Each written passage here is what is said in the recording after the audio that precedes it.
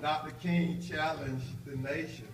They decided to bring the movement to our nation's capital in Washington, D.C. And he stood there, and there were so many people there, and he looked over that crowd into the cameras of the television, and he said, in a sense, we've come to our nation's capital to cash a check. When the architects of our republic wrote the magnificent words of the Constitution and Declaration of Independence, they were signing a promissory note. This note was a promise that, yes, black men as well as white men will be guaranteed the inalienable rights of life, liberty, and the pursuit of happiness. It is obvious today that America has defaulted on this promissory note insofar as her citizens of color are concerned. Instead of honoring this sacred obligation, America has given the Negro people a bad check, a check that has come back marked insufficient funds. But we refuse to believe the Bank of Justice is bankrupt. And we refuse to believe that there are insufficient funds in the great vaults of opportunity of this nation.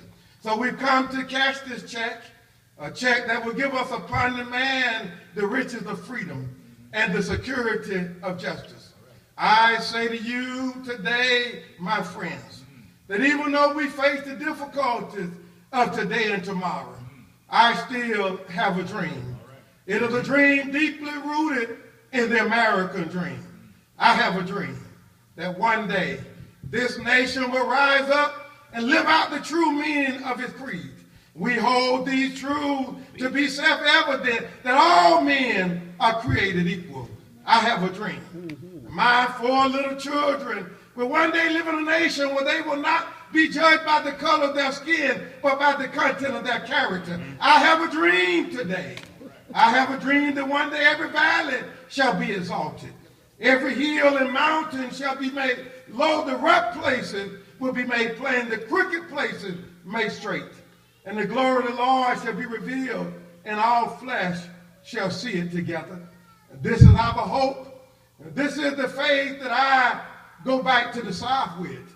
With this faith, we will be able to hew out of the mountain of despair a stone of hope.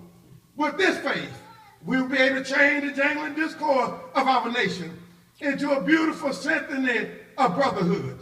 With this faith, we will be able to work together, to play together, to struggle together, to go to jail together, knowing that we will be free one day.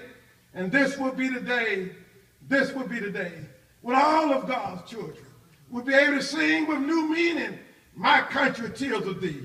Sweet land of liberty, of thee I sing. Land where my fathers died, land of the pilgrim pride from every mountainside. Let freedom ring. And if America is to become a great nation, this must become true. So let freedom ring from the prodigious hilltops of New Hampshire. Let freedom ring from the mighty mountains of New York. Let freedom ring from the snow-capped Rockies of Colorado. But not only that, let freedom ring from Stone Mountain of Georgia. Let freedom ring from Lookout Mountain, Tennessee. Let freedom ring from every hill and molehill of Mississippi, from every mountainside. Let freedom ring.